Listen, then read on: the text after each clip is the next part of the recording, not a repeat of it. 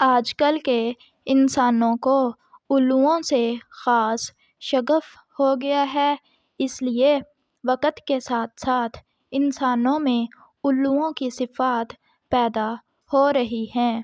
آج کل کے نوجوانوں کو راتوں کو جاگنے کا شوق پیدا ہو گیا ہے۔ گھر پر ہوں تو موبائل دیکھ کر جاگتے ہیں، اور اگر گھر سے باہر ہوں تو چائے کے ڈھابوں پر چائے پی پی کر دکاندار کی کمائی کرواتے رہتے ہیں۔ کوئی ان سے پوچھے، بیٹا رات میں کب سوتے ہو؟ تو وہ معصومیت سے پوچھتا ہے، کیا رات کو سوتے ہیں؟ اب ان کو کون بتائے کہ انسان تو رات کو ہی سوتے ہیں۔ ہاں، البتہ الو دن میں سوتے ہیں اور رات میں جاگتے ہیں۔ جب دیکھو تو سب کے ہاتھوں میں موبائل ہوتے ہیں اور ایک دوسرے سے غافل نظر آتے ہیں۔ انسان ایک سماجی جانور ہے اور الوؤں کو ویرانی اور سناٹوں میں رہنا پسند ہے۔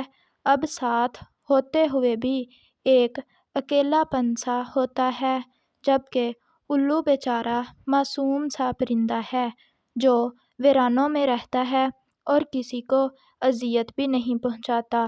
اس بیچارے کو منحوس کہہ ڈالا۔ اب الو منحوس ہے یا نہیں، مگر آج کل انسان اپنے ساتھ رہنے والوں کو اتنا عاجز کر دیتے ہیں کہ وہ ان کے لیے منحوس بن جاتے ہیں۔ الو کے بارے میں انسان نے مشہور کر رکھا ہے کہ اس کے خون سے لکھا جادو منتر کا اثر رکھتا ہے، تو اس میں الو بیچارے کا کیا قصور ہے؟ اصل مجرم تو انسان ہی ہے، اس لیے ایسے انسانوں سے ہمیشہ بچنا چاہیے۔ الو بیچارہ تو ویرانوں میں رہتے ہیں۔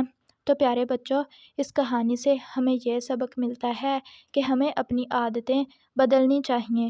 رات کو جلد سو جانا چاہیے تاکہ صبح کو وقت پر اٹھ سکیں۔ اگر آپ کو ہماری آج کی ویڈیو اچھی لگی ہو تو ویڈیو کو لائک کریں اور پلیز چینل کو بھی سبسکرائب کر دیں۔ شکریہ۔